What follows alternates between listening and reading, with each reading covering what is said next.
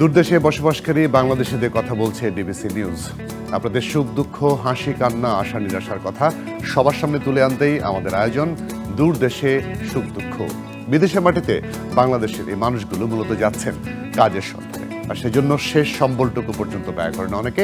সেখানে অক্লান্ত পরিশ্রমের অর্থে পরিবারের মুখে ফোটান হাসি, আর তাদের পাঠানো রেমিটেন্সে দেশের অর্থনীতি হয় সমৃদ্ধ। অবশ্য দালালদের খপ্পরে পড়ে আপনাদের কেউ কেউ হন নিঃস্ব পর্যন্ত। অন্যদিকে অনেক বাংলাদেশি নিজ গুণে দেশের নাম করছেন উজ্জ্বল।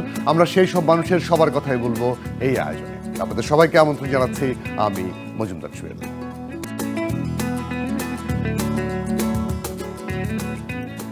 আজ মধ্যপ্রাচ্য সহ বিশ্বের বিভিন্ন দেশে উদযাপিত হচ্ছে পবিত্র ঈদ উল আজহা। সবাইকে ঈদের শুভেচ্ছা। আজ তাই আমরা মধ্যপ্রাচ্যের বুকে মুখ উজ্জ্বল করা কয়েকজন সফল বাংলাদেশীর কথা বলতে চাই। নিজ গুণে তারা এগিয়ে চলেছেন সামনে। তাদের নামের সঙ্গে যুক্ত হচ্ছে বাংলাদেশের নাম।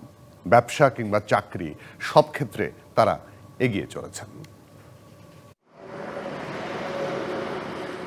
মধ্যপ্রাচ্যের দেশ সৌদি আরব, সেখানে সাধারণত কর্মী ভিসা ছাড়া যাওয়ার সুযোগ কম। কেউ কেউ অবশ্য দক্ষ কর্মী হিসেবে যান বা যেতে পারেন। অবশ্য কর্মী হিসেবে গিয়েও দেশটিতে উদ্যোক্তা হয়েছেন অনেকে। প্রতিনিয়ত নতুন নতুন প্রতিষ্ঠান গড়ে তুলছেন। প্রবাসী বাংলাদেশিদের জন্য যেমন কর্মসংস্থানের সুযোগ তৈরি করছেন, তেমনি দেশের রেমিটেন্স প্রবাহে রাখছেন উল্লেখযোগ্য ভূমিকা। শুধু কি সৌদি আরব, অন্যান্য দেশেও এমন বাংলাদেশি সংখ্যা কম নয়। কাতারে অসংখ্য বাংলাদেশি নিজেদের প্রচেষ্টায় এগিয়ে চলেছেন। তাদের প্রতিষ্ঠানে কাজ করছেন অসংখ্য বাংলাদেশি। তাদের মাধ্যমে দেশে আসছে রেমিটেন্স। তেমনি মধ্যপ্রাচ্যের আরেক দেশ ওমানেও অনেক বাংলাদেশি নিজেদের প্রতিষ্ঠিত করেছেন। কর্মী হিসেবে দেশটিতে গিয়ে এক পর্যায়ে ব্যবসায়ী হিসেবে নিজেদের করেছেন প্রতিষ্ঠিত। তাদের প্রতিষ্ঠানে কর্মসংস্থানের সুযোগ করে দিয়েছেন বাংলাদেশিদের। BBC news desk. এমন বাংলাদেশের গল্প কিন্তু কম নয়, অসংখ্য বাংলাদেশি আছেন। তার মধ্যে দুজনকে আমরা আজকে পেয়েছি।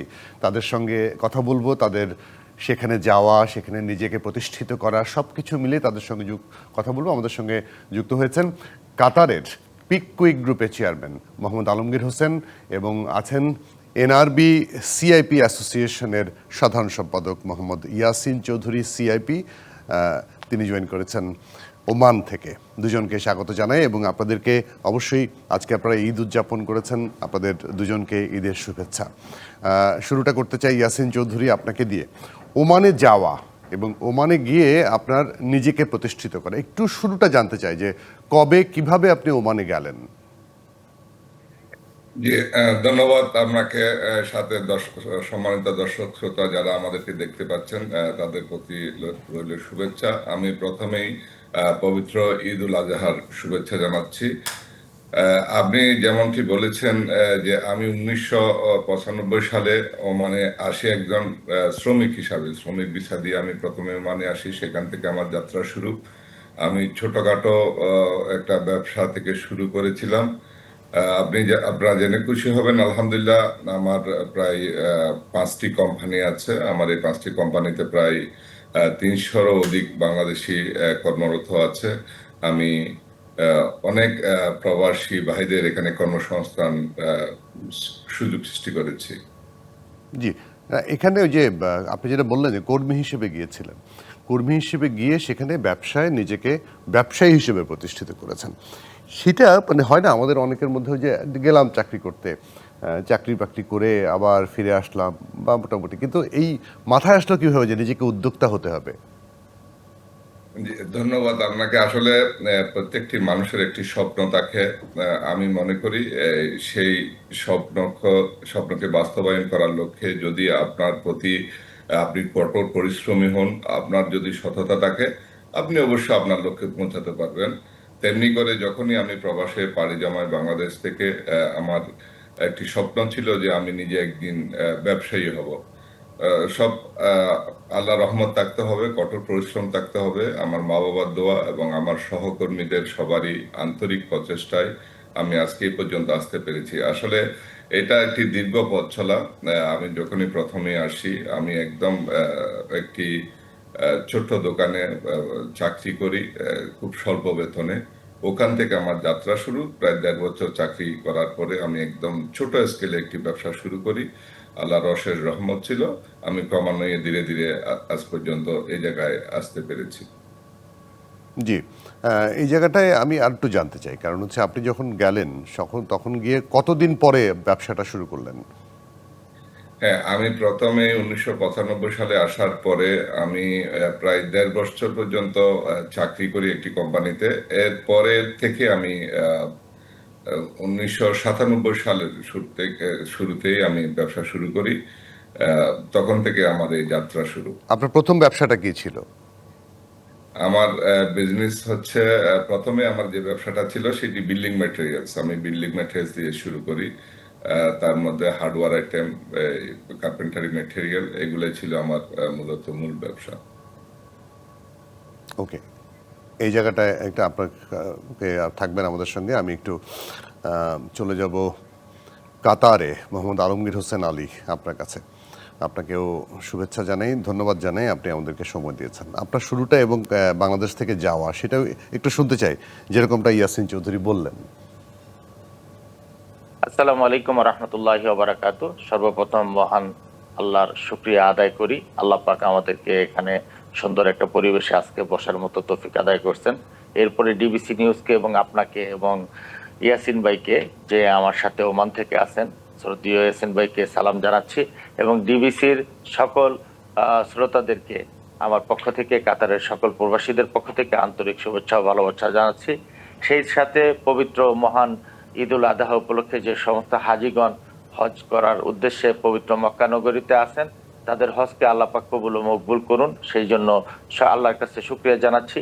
তাদের জীবনের গুনাহগুলোকে মাফ করে দেখ এবং আরাফাতের দিনের উদ্দেশ্যে যাতে আমাদের সকলের জীবনের গুনাহগুলোকে আল্লাহ মাফ করে দিয়ে সঠিক পথে, সুন্দর পথে সামনে আমাদেরকে চলার মতো আল্লাহ সুন্দর রাস্তা তৈরি করে দেন, এই প্রত্যাশায় কাতার থেকে আমি ডিবিসির সাথে জয়েন হইতেছি। এবং আমাকে যে প্রশ্নটি করা হয়েছে যে আমার শুরুটা কিংবা কিভাবে কি, এই জিনিসটা যদি জানতে হয় তাহলে বলতে হবে শুরুটা তেমন একটা সহজ ছিল না, খুবই কঠিন ছিল। 89-এ যখন কাতারে আসি, কাতারের অবস্থা তেমন একটা ভালো ছিল না। আমি একটা হাউস ভিসাতে আমার বড় ভাই আমাকে এখানে আনার পর দীর্ঘ পথ আমাকে 10-12 বছর খুবই কঠোর পরিশ্রম করতে হয় এবং আদৌ করতেছি কঠোর পরিশ্রম, আলহামদুলিল্লাহ। সততাই সকল সুখের উৎস। আজ এবং আগামীর পথ চলা যাতে আরো সুন্দর হয়। উপস্থাপক জুয়েল ভাইকে, আমাকে এখানে কথা বলার জন্য জুয়েল মজুমদার ভাইকে অনেক শুভেচ্ছা জানাচ্ছি এবং সেই সাথে বলতে চাচ্ছি যে শুরুটা আসলে সহজ ছিল না। শুরুটা আসলেই কঠিন ছিল। 10টি বছর প্রায় 1000 রিয়াল বেতনে আমাকে এখানে চাকরি করতে হয়েছে।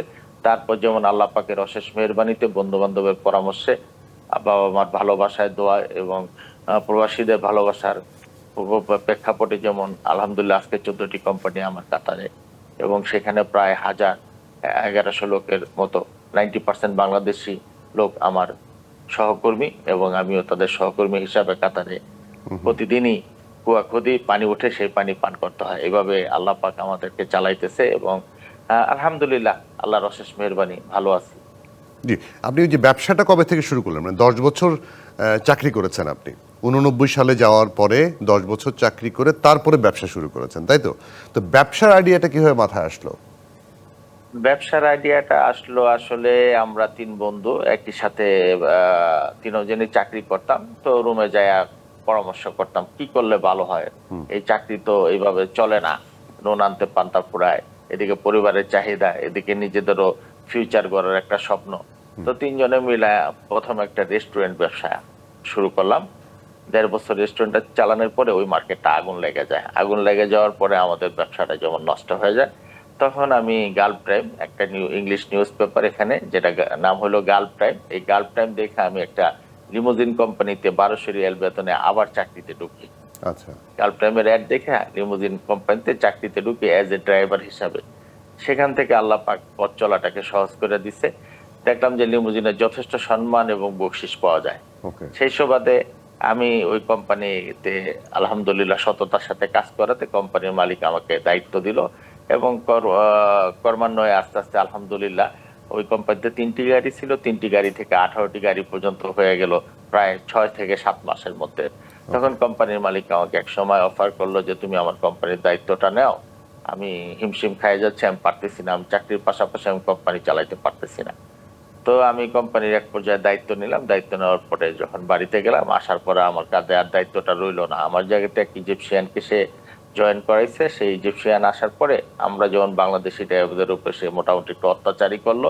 সেই সুবাদে যারা ছিলাম ড্রাইভার ভাইরা সকলকে আমি নিয়োগ করছিলাম বাংলাদেশিদেরকে, কেন আমার একটা পথ চলার উদ্দেশ্য শুরু থেকে ছিল যে আমি যেখানেই যাব আমি আমার জন্য, আমার দেশের জন্য যাতে কিছু করতে পারি। রাইট। সেই সুবাদে সেখানে 15 জনের উপরে ড্রাইভার বাংলাদেশি আমি নিয়োগ দিছিলাম। তো ওই ড্রাইভার ভাইরা বললো, ভাই ওদের সাথে তো আমরা আসলে পাইরে উঠতেছি না, 3-4 জন আরবি ল্যাঙ্গুয়েজের লোক আমাদেরকে সবসময় কঠিন ভাবে কথাবার্তা বলে এবং তাদের আচার আচরণ, তাদের ব্যবহার আমাদের কাছে গ্রহণযোগ্য না। তা আমরা কিছু একটা করি। তা আমারই এক সার্গেত বলতে হয়, যাকে আমি এই লাইনে আনছি, লিমুজিন লাইনে, শিষ্য, শাহিন হ্যাঁ। করে গাজীপুরে। বুঝতে জি, পেরেছি, জি। শাহিন, গাজীপুরের শাহিন। সে বললো যে ভাই আমাদের ভিতরে সবকিছু আছে, ইউনিটি আছে, সততা আছে, আমরা কেন একটা কোম্পানি করি না? ওকে। তাই আমি বললাম যে দেখো রে, আমার আসলে সাহস হয় না, তবে আমরা আছি না আপনার পাশে। সবাই যেমন আমাকে সাপোর্ট করাতে আমি লিমুজিন কোম্পানি খুললাম। লিমুজিন কোম্পানি খোলার পর থেকে শুরুতে আমার 3টা গাড়ি ছিল। 3টা গাড়ি নিয়ে আমি 6 মাস খুব চেষ্টা করছি এবং আমার সহকর্মী ভাইরা আমার সাথে খুব সাপোর্ট করছে এবং তারাও চেষ্টা করছে। এক পর্যায়ে আমাদের 1 বছরের ভিতরে প্রায় 30-35টা গাড়ি হয়ে গেল। সেই থেকে আলহামদুলিল্লাহ আর পিছন ফিরে তাকাতে হয়নি। এই শুরুটা এইভাবেই ছিল আর কি। এবং লিমুজিন মানে লিমুজিন কার আপনারা ভাড়ায় সেখানে ব্যবহার করতে জি দেন, জি, এই তাই তো? লিমুজিন কার বলতে যেমন ভিআইপি গাড়িগুলো এখানে, হ্যাঁ, যেগুলো বুঝতে পেরেছি, নাকি হ্যাঁ। লিমুজিন কোম্পানির যে বড় বড় গাড়িগুলো আছে, হ্যাঁ, ভিআইপি গাড়িগুলো আছে, সেগুলো আপনারা ভাড়া দিয়ে সেখান থেকে আপনাদের শুরু। জি, আমি একটু ইয়াসিন চৌধুরীর কাছে আবার যাব। ইয়াসিন চৌধুরী, আপনার ওখানটায় ফার্নিচারের বিজনেস দিয়ে বোধহয় আপনার ব্যবসা শুরু, আমি যদি ভুল না করে থাকি। ফার্নিচারের বিজনেসটা মাথায় আসলো কি করে? কারণ ওখানকার আসলে আর আপনাদের মেইন ক্রেতাই তো হচ্ছে আরবিরা, তাই না? সেই জায়গায় ওমানিরা কি ধরনের ফার্নিচার কিনবে, কি ধরনের ফার্নিচারের ব্যবসা করলে ভালো হবে, এইটা কিভাবে মাথায় আসলো? জি, ধন্যবাদ আপনাকে। আমি শুরুতেই বলেছিলাম যে প্রথম ব্যবসার শুরুতে আমি বিল্ডিং ম্যাটেরিয়াল দিয়ে শুরু করি। এখানে জি। কার্পেন্টারি ম্যাটেরিয়ালও ছিল, যেখানে ফার্নিচার বানানোর জন্য এই ম্যাটেরিয়াল গুলা খুবই জরুরি। ওখান থেকে আসলে শুরু। আমি যেখানে যে কোম্পানিতে চাকরি করতাম সেখানেও টুকটাক কিছু ফার্নিচার ছিল, অভিজ্ঞতা ওখান থেকে আমার শুরু হয়েছে।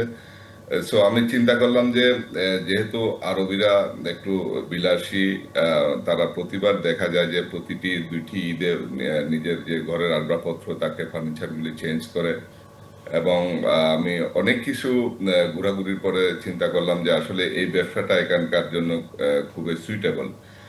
আমাদের কাছে ওখান থেকে মূলত আমাদের যাত্রা শুরু। ওখান থেকে আমি শুরু করলাম প্রথমে অফিস ফার্নিচার দিয়ে, তারপর হোম ফার্নিচার, আউটডোর ফার্নিচার। এখন আমাদের সব ধরনের ফার্নিচার আমরা বিক্রি করে থাকি। আমাদের ওমানের বিভিন্ন শহরে আমাদের শোরুমগুলি আছে এবং আমাদের প্রায় 4টি এস্টাবলিশড ব্র্যান্ড এখানে আছে: আক্তার ফার্নিচার, আল রাহা ফার্নিচার, ইয়াসিন ফার্নিচার এবং ম্যাক্স হোম।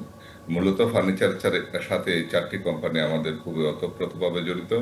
আমরা বিভিন্ন দেশ থেকে ইম্পোর্ট করে এখানে অ্যাসেম্বল করে থাকি এবং আমাদের নিজস্ব ম্যানুফ্যাকচারিং কোম্পানি আছে, বা কাস্টমার হিসাবে আমরা কাস্টমারের চাহিদা অনুযায়ী তাদেরকে আমরা কাজ সাপ্লাই দিয়ে থাকেন। জি, দুজনে থাকবেন, আমরা একটা ছোট্ট বিরতি নিই। বিরতি নিয়ে এসে আপনাদের সঙ্গে আবার যুক্ত হচ্ছি আপনাদের কথা শোনার জন্য, আপনাদের গল্প শোনার জন্য। দর্শক, দূরদেশে সুখ দুঃখ থেকে নিচ্ছে এই ছোট্ট একটা বিরতি, সঙ্গে থাকবেন।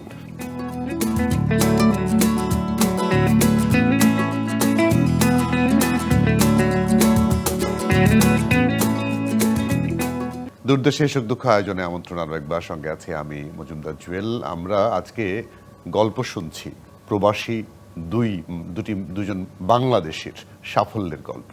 আমাদের সঙ্গে আছেন মোহাম্মদ আলমগীর হোসেন আলী এবং মোহাম্মদ ইয়াসিন চৌধুরী, সিআইপি। দুজনকে আরেক দফা স্বাগত জানাই। আলমগীর হোসেন আলী, আপনার কাছ থেকে আরেকটু গল্প শুনি। বিষয়টা হচ্ছে, আপনি এই যে এতগুলো বছর ধরে আছেন কাতারের মতো জায়গায় ব্যবসা করছেন, 14টির মতো বেশি প্রতিষ্ঠানের মালিক আপনি। বাংলাদেশে কখনো ইনভেস্ট করার কথা মাথায় এসছে? আলহামদুলিল্লাহ, অবশ্যই। যেহেতু বাংলাদেশই আমাদের লাল সবুজের পতাকা, বাংলাদেশ নিয়ে আমাদের সম্পূর্ণ স্বপ্ন, এবং সুখ দুঃখে আনন্দ বেদনায় যখনই বাংলাদেশের কোনো ভালো মন্দ কিছু আমরা দেখতে পাই, শুনতে পাই, আমাদের মন কিন্তু দেশেই পড়ে আছে। আমাদের বডিটা শুধু প্রবাসে আছে, আর আমাদের মন, দেহ, প্রাণ সবকিছু আপনাদের সাথে। এই পরিপ্রেক্ষিতে বলতে হয় বাংলাদেশেও আলহামদুলিল্লাহ ছোটখাটো দু একটা ব্যবসা আমার আছে, এবং আচ্ছা, কিছু প্রপার্টি আমি ইন ফিউচারে ব্যবসা করার জন্য বড় বড় কিছু প্রপার্টি গাজীপুরে এবং অন্যান্য এলাকাতে আমি রেখেছি। আল্লাহ যদি সুস্বাস্থ্য এবং সুন্দর ফিউচার আল্লাহর পক্ষ থেকে হয়, তাইলে অবশ্যই দেশেও কিছু করার খেয়াল আছে ইনশাআল্লাহ। জি, ইয়াসিন চৌধুরীর কাছ থেকে জানবো একই কথা, আপনার কোনো ব্যবসা প্রতিষ্ঠান বাংলাদেশে আছে কিনা বা সামনে কোনো উদ্যোগের ইচ্ছা আছে কিনা? ধন্যবাদ। ধন্যবাদ। আসলে এই যে যেমনটি আলমগীর ভাই বলেছেন, আমরা প্রবাসী যারা থাকি, আমরা বাংলাদেশকে, নিজের স্বদেশকে প্রচন্ড রকম ভালোবাসি। আমরা চাই সবসময় বাংলাদেশে তো আমাদের শেষ, কিন্তু ফাইনাল ডেস্টিনেশন বাংলাদেশ। আমরা সেইভাবেই সবসময় দেশের প্রতি আমাদের যে আন্তরিকতা সেটি সবসময় থাকে। আসলে বাংলাদেশে আমার কিছু টুকটাক বিজনেস আছে, যেটা সত্যি কথা বলতে কি, মানে যেভাবে আমরা এভাবে স্বাচ্ছন্দ্য বোধ করি এখানে ব্যবসা বাণিজ্য করতে, যে যে বিষয়গুলি সহজে হয়ে যায় বাংলাদেশে, আসলে অনেক কঠিন। আমি মনে করি যে অনেক প্রবাসীরা আছে বিশ্বের বিভিন্ন দেশে, স্বনামধন্য প্রবাসী যারা সুনামের সহিত বিজনেস করে যাচ্ছে, তাদেরকে যদি বাংলাদেশের সুযোগ দেওয়া হয়, সরকার যদি সে আস্থার সংকটের যে বিষয়টি আছে সে আস্থাটি যদি কাটিয়ে উঠতে পারে, বাংলাদেশে প্রচুর বিনিয়োগ আসবে বলে আমরা মনে করি। আপনি জানেন আমি কিছু সামাজিক সংগঠনের সাথে জড়িত আছি। আমি প্রবাসীদের সেবক হিসাবে দীর্ঘ আজকে প্রায় 25 বছরের উপরে কাজ করে যাচ্ছি। আমি সবসময় সরকারকে আমাদের পক্ষ থেকে আমি বলেছি, যেহেতু আমার দায়িত্বের কারণে বিশ্বের বিভিন্ন দেশে আমরা রেমিটেন্স প্রবাহ বৃদ্ধি, বিনিয়োগ বৃদ্ধি নিয়ে আমরা সভা সেমিনার করে থাকি। তারই অংশবিশেষ আমরা সরকারকে বলেছি যে প্রবাসীদের জন্য যদি আলাদা একটি ইকোনমি জোন দেওয়া হয়, যেখানে সরকার নিরাপত্তা দিবে, প্রবাসীদের সব বিষয়গুলি তারা আমলে নিয়ে প্রবাসীদের সহযোগিতা করবে, যে আস্থা সংকটের যে বিষয়টি আসছে সেটা যদি কাটিয়ে উঠতে পারে, আমি মনে করি বিশ্বের অনেক স্বনামধন্য প্রবাসী বাংলাদেশে ইনভেস্ট করবে। জি, আপনি তো এনআরবি সিআইপি অ্যাসোসিয়েশনের সাধারণ সম্পাদক, সেই সূত্র ধরে ধরেন পলিটিক্যাল গভর্নমেন্টের নানা ধরনের সংকটের কথা আমরা বিভিন্ন সময় শুনেছি। এখন যে সরকার আছে, অন্তর্বর্তী সরকার, তাদের এই সময়টা কিন্তু তারা বিনিয়োগের জন্য অনেক ধরনের চেষ্টা করে যাচ্ছে, কিন্তু সেই জায়গাটার সাথে তাদের সাথে কোনো রকম আলোচনা হয়েছে কিনা যে আপনারা বিনিয়োগ করতে চান, আপনাদেরকে ওই সেফটি যেটা বলেছেন, এবং শুধু সেফটি দিলেই তো হবে না, জ্বালানি থেকে শুরু করে অবকাঠামোগত সব কিছুরই সাপোর্ট দিতে হবে, সেটি নিয়ে কোনো আলোচনা হয়েছে কিনা? জি, ধন্যবাদ আপনাকে। আসলে দেখেন, আমরা যারা প্রবাসে থাকি, আমরা আমরা মনে করি এখানে সকল ধর্ম, বর্ণ, রাজনীতির ঊর্ধ্বে উঠে আমরা দেশকে ভালোবাসি। আমাদের পরিচয় আমরা প্রবাসী। তারই অবস্থান থেকে আমরা কাজ করে যাচ্ছি আমাদের অ্যাসোসিয়েশনের পক্ষ থেকে। সেই ধারাবাহিকতায় আপনারা জানেন প্রতি বছরই সরকার ডিসেম্বর মাসে যে অভিবাসন দিবস 18 ডিসেম্বর বিশ্বের বিভিন্ন দেশ থেকে যে সিআইপি সম্মাননা দেওয়া হয়, বিশ্বের সকল প্রবাসীরা তখন ঢাকায় জড়ো হয়, তখন আমাদের কথা বলার একটি সুযোগ থাকে। সেই ধারাবাহিকতায় গত ডিসেম্বরেও আমি, যেহেতু আমরা প্রবাসী কল্যাণ মন্ত্রণালয়ের আন্ডারে আমরা কাজ করে থাকি, আমাদের অভিভাবক হিসাবে বর্তমান প্রবাসী কল্যাণ উপদেষ্টা মহোদয়ের সাথে আমরা বৈঠক করেছি, আমাদের বিষয়গুলি আমরা উত্থাপন করেছি, এবং উনি আমাদেরকে আশ্বস্ত করেছেন যে আপনাদের প্রবাসীদেরকে আমরা বাংলাদেশে কিভাবে বিনিয়োগে আরো আগ্রহী করা যায় সেই বিষয়ে কাজ করে যাচ্ছি এবং আপনাদেরকে জানাবো। সো আমরা অপেক্ষায় আছি। আমি মনে করি বর্তমান সরকার, অন্তর্বর্তীকালীন সরকার যারা আসছেন, তারা খুবই আন্তরিক যে প্রবাসীরা দেশে বিনিয়োগ করুক, তারা চায়। সেই ক্ষেত্রে আমার মনে হয় রোড শোর মতো কাজ করতে হবে, বিভিন্ন দেশে তাদেরকে যেতে হবে, বিনিয়োগ বোর্ডের সাথে আমাদেরকে বসতে হবে। তারপর আমাদের যে যে আপনি কথাটি বললেন, শুধু আস্থা সংকটের বিষয় না, যে লজিস্টিক সাপোর্টগুলি, যে ব্যবসা বাণিজ্য করার জন্য যে পেপার ওয়ার্ক আছে, যে বিষয়গুলি আছে, সেগুলিকে অনেক সহজ করতে হবে, তখন অনেক প্রবাসী বাংলাদেশে ব্যবসা করার জন্য আগ্রহী হবে। জি, আলমগীর হোসেন আলী, সেই জায়গাটা ওই যে ইয়াসিন চৌধুরী যেটা বললেন যে আমাদের এখানকার যে বিনিয়োগের জন্য এই সরকার কিন্তু ব্যাপকভাবে চেষ্টা করছে, কিন্তু আপনারা যারা বিদেশে আছেন, আপনারা যারা প্রবাসে ভালো ব্যবসা করছেন, তারা যদি এখানটায় একটু এগিয়ে আসেন তাহলে কিন্তু দেশের অবস্থা আরো ভালো হয়। সেই জায়গাটায় আর মানে সরকারের পক্ষ থেকে কি ধরনের সাপোর্ট আপনাদের দরকার? জি, আলহামদুলিল্লাহ, ধন্যবাদ আপনাকে। আমি প্রথমত অন্তর্বর্তী সরকারকে নিয়ে 2-4টি কথা বলবো। অন্তর্বর্তী সরকারের মেন প্রধান উপদেষ্টা ডক্টর ইউনূস স্যার যখন কাতারে আসলো, বাংলাদেশ এম্বাসি কর্তৃক আমাকে কিছু কথা বলে দেওয়ার জন্য সুযোগ করে দেয়। ওই মিটিং এ আমি উপস্থিত ছিলাম। 40 জন বাংলাদেশির মধ্যে আমার নামটি ছিল। আমার কিছু কথা খুব বেশি পুরা নেট জগতে ভাইরাল হয়েছে, আমি দেখেছি। আমি প্রবাসীদেরকে নিয়ে কথা বলেছি।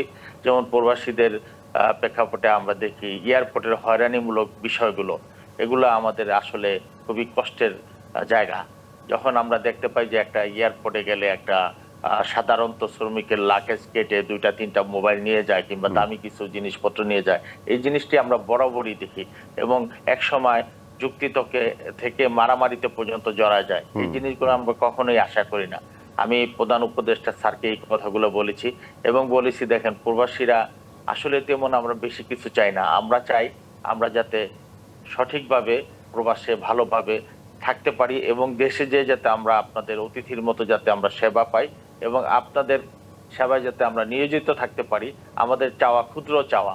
সেই প্রেক্ষাপটে যেমন বর্তমানে একটা জিনিস লক্ষ্য করা যায় যে বর্তমানে মোবাইলের বিষয়টা নিয়ে পুরা দুনিয়াতে একটা হইচই লেগে গিয়েছে প্রবাসীদের মাঝে। যেমন আমাদের অনেক প্রিয়জন আপনারা দেশে আছেন, তাদের অনেক রিকোয়েস্ট থাকে যে আমার জন্য আসতে সময় যাতে ভালো একটা মোবাইল নিয়ে আসা হয়।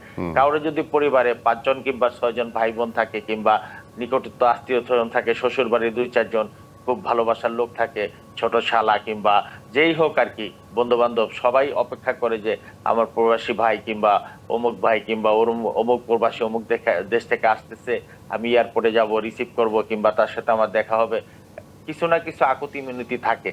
যারা ছাত্র কিংবা লেখাপড়া করে তাদের আকুতি মিনতি থাকে একটা ভালো ল্যাপটপ যাতে পায় কিংবা একটা ভালো মোবাইল যাতে পায়। সেই প্রেক্ষাপটে আমরা এখানে দেখলাম কি যে দিনে দিনে এই জিনিসগুলো আরো একেবারে কিঞ্চিত হয়ে আসছে। আমি মনে করি একজন বিদেশি প্রবাসীর জন্য যে 2 বছর পরে যাবে, তার জন্য মিনিমাম 5টা থেকে 6টা মোবাইল বাংলাদেশ সরকার যদি, যে কোনো সরকারি হোক, অন্তর্বর্তী সরকার হোক কিংবা যে কোনো নির্দিষ্ট সরকার হোক, সে আমাদের প্রবাসীদের জন্য এই পদগুলা যাতে চালু রাখে। এবং পাশাপাশি এখানে যারা আমরা অত্যাচারিত হইতেছি দালালের মাধ্যমে, দালালের খপ্পরে এবং দালালের মাধ্যমে যারা এসে এখানে প্রচুর কষ্টের ঘামজরা পয়সা এখানে আমরা ইনকাম করি, সেই পয়সাগুলো যাতে আমরা কোনো প্রকারের এখানে যারা আসি সুন্দর মতো এবং পরিবেশ মতো এবং প্রতিটা দেশের নিয়ম কানুন অনুযায়ী যাতে আমরা কামাইতে পারি, কোনো প্রকার দালালের খপ্পর থেকে যাতে বাংলাদেশ এম্বাসিগুলো যেখানে আছেন সেখান থেকে যাতে দালালের খপ্পরগুলো থেকে নিপীড়িত লোকগুলা বাঁচতে পারে। এবং যারা প্রবাসে আসবেন অবশ্যই দেশে প্রচুর পরিমাণে আমাদের দেশেও ব্রোকার আছে, এই দালালগুলোর খপ্পর থেকে যেভাবে আমাদের বাংলাদেশি ভাইগুলা সঠিক মতো আসতে পারে। এবং কেউ দেখা যায় যে ঋণের উপরে সুদের উপরে টাকা নিয়ে বিদেশ আসে, কেউ নিজের ঘর বাড়ি বিক্রি করে, গরু বাছুর কিংবা স্ত্রীর স্বর্ণ, মায়ের স্বর্ণ বিক্রি করে প্রবাসে আসতে চায়। আসার পরে যে প্রতিশ্রুতি দেয় দালালরা, এক সময় দেখা যায় যে বিদেশে আসার পরে, এয়ারপোর্টে আসার পরে লোকটাকে রিসিভ পর্যন্ত করে না। যেই লোকের মাধ্যমে আসে দালাল চক্র যারাই হোক কিংবা যে কোনো প্রতিবেশী হোক কিংবা আত্মীয় স্বজন হোক, অনেক সময় ওই যেই ভদ্রলোক প্রবাসে আসতেছে, নতুন ভদ্রলোক, সে তো কিছুই জানে না, ডান বাম সামনে পিছে তার, সে একটা নতুন বাচ্চার মতো, শিশু বাচ্চার মতো আসে। আসার পরে এয়ারপোর্ট থেকে যখন তাকে রিসিভ না করা হয়, আর এই জিনিসগুলো যখন আমাদের মাথা ব্যথার কারণ হয়ে যায়, এই জন্য কিন্তু আমাদের জাতি আস্তে আস্তে ধীরে ধীরে যে দেশে থাকি না কেন তাদের ভাবমূর্তি ক্ষুণ্ণ হচ্ছে। এই ভাবমূর্তি যাতে ক্ষুণ্ণ না হয়, প্রবাসীরা যাতে মাথা সোজা করে, মেরুদণ্ড সোজা করে সব জায়গাতে আমরা দাঁড়াইতে পারি এবং দালালের দূরত্ব যাতে কমে। এবং যেভাবে নাকি প্রবাসীরা রেমিটেন্স যোদ্ধা আপনারা আমাদেরকে নাম দিয়েছেন, আসলে আমি জানি না আমরা কি আসলে এই রেমিটেন্স যোদ্ধা হতে পেরেছি কিনা।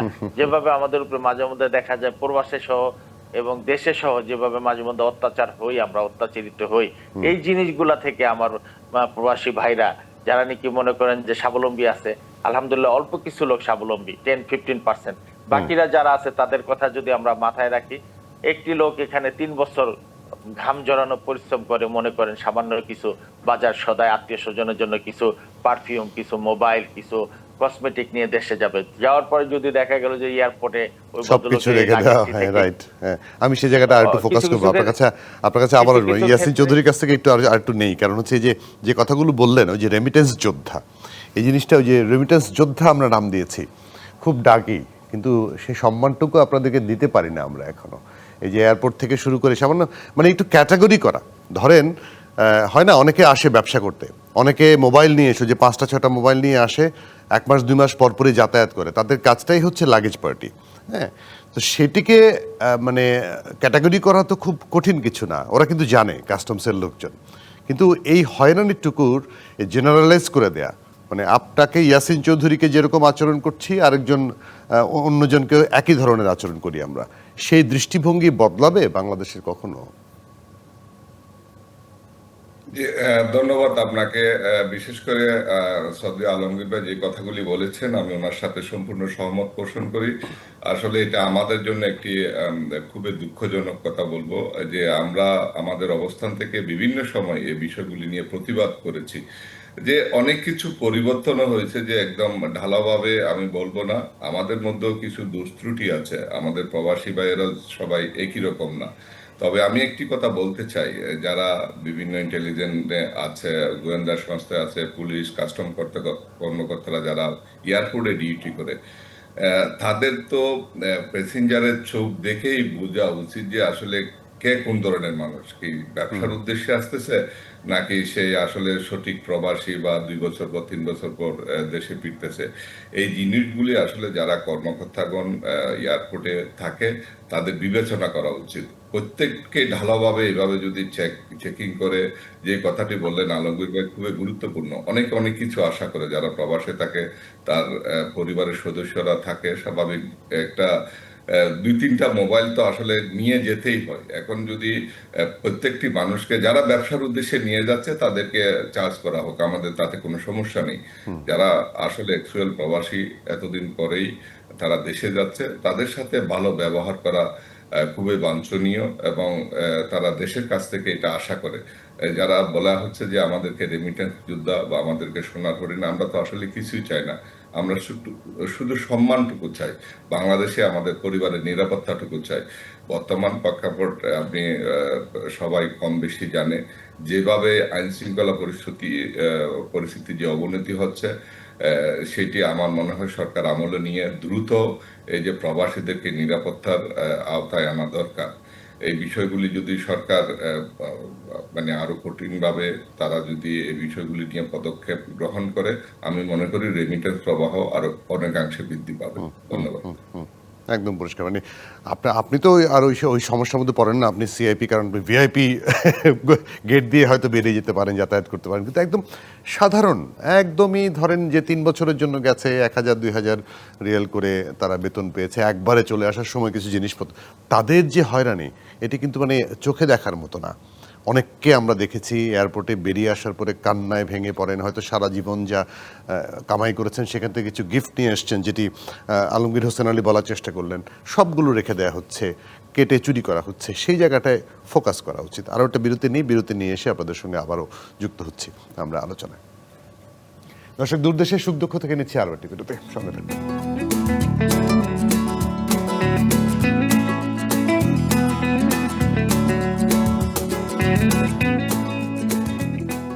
দূরদেশে সুখ দুঃখ আয়োজনে আমন্ত্রণ আরও একবার, সঙ্গে আছি আমি মজুমদার জুয়েল। আমাদের সঙ্গে অতিথি হিসেবে রয়েছেন মোহাম্মদ আলমগীর হোসেন আলী এবং মোহাম্মদ ইয়াসিন চৌধুরী, সিআইপি। দুজনকে আবারও স্বাগত। আলমগীর হোসেন আলী, আমাদের বিভিন্ন জায়গায়, বিভিন্ন দেশগুলোতে, বিশেষ করে আপনাদের 2টা দেশেই তো কর্মী যাওয়া কিন্তু প্রায় বন্ধ।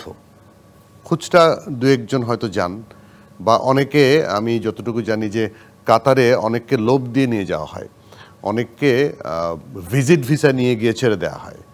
সেই জায়গায় সংকুচিত, আপনারাও তো নিশ্চয়ই শ্রমিক সংকটে থাকেন, সেখানে সরকারের কি করার আছে, কি করণীয়, কেনই বা এই শ্রমিক নেওয়া বন্ধ হয়ে যাচ্ছে? বিষয়টা আসলে খুবই কষ্টের জায়গা থেকে বলছি। আমাদের নিজেরও বেশ দোষ ত্রুটি আছে, আমাদের নিজের দোষগুলো হয়তো আমরা দেখি না সেভাবে। আমরা যখন নাকি একটা ভিসা পাই, সেই ভিসাটাকে কয়েক হাত হয়ে যায়, এক হাত হতে আরেক হাত যেতে ভিসাটা 1000 রিয়াল মূল্য বেড়ে যায়। ওহো। এখানে প্রায় লোকই কোম্পানিগুলো খুলে এভাবে লোক এনে লোকগুলাকে হয়রানি করে এবং সেই ভিসা থেকে বেশ কিছু পয়সা ইনকাম করে আবার কোম্পানিগুলো বন্ধ করে দেয়। এই প্রবণতাটা বিশেষ করে আমাদের বাংলাদেশিদের ভিতরেই কাজ করে। সেই প্রেক্ষাপটে আমাদের অবস্থানটা একেবারে শূন্যের কোঠায় চলে এসেছে। যে যেখানেই থাকি না কেন সেই দেশের নাগরিকদের কাছে আমাদের মূল্যায়ন কমে গিয়েছে। আমাদের ব্যবসাগুলোতে আমরা সাপোর্ট পাইতেছি না, কারণ আমাদের নৈতিক জায়গা থেকে আমরা সরে আসতে পারিনি। আমাদের ভিতরে যে প্রবণতাটা, এখানে কাতারের কথাই বলি না কেন আমি, ভিসাগুলো বিক্রি হয়। ভিসাগুলো যখন বিক্রি হয়, যখন নাকি মনে করেন সাপোজ আমার কোম্পানিতে একটা ভিসা বাইর হলো, আমার ডিমান্ড থাকে 5000, আমি ভিসাটা বিক্রি করতে পারি না, আরেক লোক নিয়ে তার আরেক চাচাতো ভাই কিংবা মামাতো ভাই তাকে জানায়।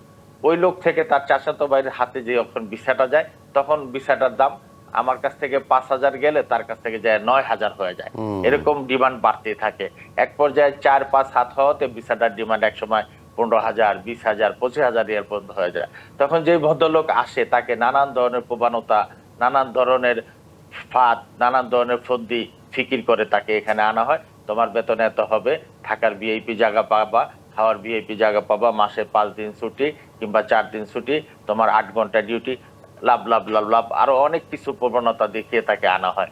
আসার পর তাকে এয়ারপোর্টে, আমি তো মনে করেন যে অনেক আগে ভিসা দিয়ে আমার দায়িত্ব শেষ, কিন্তু এরপরে যে 4-5-10 জনের মাধ্যমে এই ভিসাটা অন্য হাতে চলে গিয়েছে, ওই লোক চিনে তাকে। তাকে যখন এয়ারপোর্টে এসে কল করে, তার মোবাইল দেখা যায় বন্ধ। সে ওই ভয়ে তার ভিতরে কাজ করে যে আমি তো ভিসা বিক্রি করছি অনেক দামে, এখন কোম্পানিও আমাকে ধরবে, আর যে লোক আসছে সেই লোকও আমাকে যে কোনো টর্চারিং এ কিংবা এখানে হোক দেশে হোক যে কোনো সমস্যা আমার সাথে করতে পারে। তখন ওই দালাল, ভিসার দালাল, সে মোবাইল বন্ধ করে দেয়।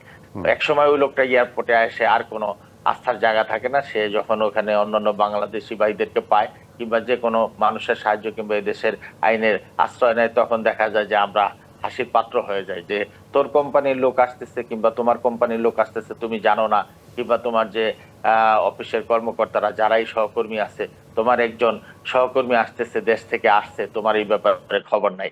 তো আমি মনে করি এই দালালের দূরত্বগুলা থেকে যদি মুক্তি পাওয়া যায়, যদি আমাদের প্রপারলি আমরা এখানে কিছু করতে চাই, তাহলে প্রথমত আমি বলবো দালালদের দূরত্ব থেকে আমাদেরকে অবশ্যই যাতে আমরা মুক্তি পেতে পারি এবং মানুষ যাতে সঠিকভাবে কোম্পানিগুলোতে আসতে পারে, এবং আসার আগে যাতে প্রত্যেকটা লোকের উচিত কোনো না কোনো কাজ শিখে আসা। একজন স্কিল ওয়ার্কার যদি এখানে আসে, যদি সে যে কোনো দালালের খপ্পরে কিংবা কোম্পানির যে কোনো সমস্যায় পড়ে যায়, একটা না একটা কাজের মাধ্যম তার দ্বারা হইতে পারে। আর যদি ওই লোকটা কোনো কাজই না জানে, দেখা যায় যে এখানে বেকারের সংখ্যা অনেক বেশি। বর্তমানে ওয়ার্ল্ড কাপের পরে কাতারের অবস্থা, কাজের বাজারটা তেমন একটা সুন্দর না। ওয়ার্ল্ড কাপের আগ পর্যন্ত বেশ ভালো ছিল। যখন নাকি ওয়ার্ল্ড কাপ শেষ হয়েছে, প্রায় 3 বছরের বেশি সময় ধরে কাতারের কাজের অবস্থা খুবই খারাপ। এখানে প্রায় 45% লোক বর্তমানে যারা ফ্রি ভিসা বলে, ফ্রি ভিসা বলতে ফ্রি তো ভিসা, আসলে হ্যাঁ, আল্লাহর ফ্রি জগতে ভিসা এসে চাকরি পাচ্ছে না, জানি ফ্রি ভিসা 45%, মানে বিগ অ্যামাউন্ট। এদের ভবিষ্যৎ কি তাহলে? এদের ভবিষ্যৎ, যারা নাকি পুরানো লোক 20-22-25 বছর হয়েছে, তারা অনেকে চলে গিয়েছে।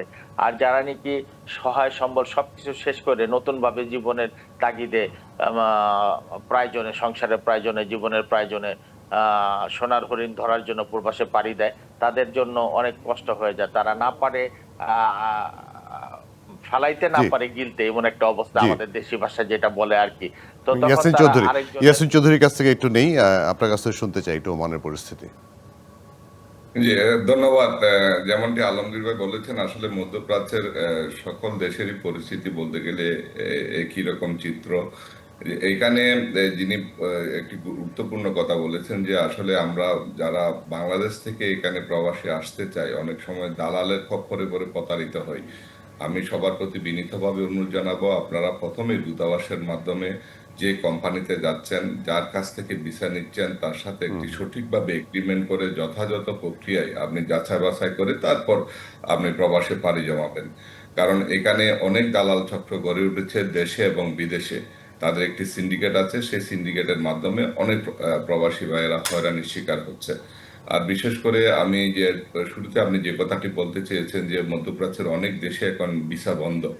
আসলে এই ভিসা বন্ধের কারণে আমরা যারা ব্যবসা বাণিজ্যের সাথে জড়িত আছি সবচেয়ে বেশি ভুক্তভোগী আমরাই হচ্ছি। আমরা দেশকে ভালোবাসি, যেহেতু আমাদের এখানে বাংলাদেশিরাই কাজ করে, সেই হিসাবে আমরা বাংলাদেশিদেরকে রাখতে পারলে সেটি আমাদের যারা স্টাফ অন্যান্যরা আছে তারাও স্বাচ্ছন্দ্য বোধ করে, এবং এটা আমরাও আমাদেরও ভালো লাগার একটা বিষয় থাকে। জি এখন জি বর্তমান যে ভিসা বন্ধের কারণে মার্কেটটি কিন্তু অন্য দেশে চলে যাচ্ছে, জি বিশেষ করে আমাদের জি পার্শ্ববর্তী দেশ। আমরা আমরা আমরা আমরা শেষ করব। ইয়াসিন চৌধুরী এবং আলমগীর হোসেন আলী দুজনকে অনেক ধন্যবাদ, অনেক কৃতজ্ঞতা আজকে আমাদেরকে সময় দেওয়ার জন্য।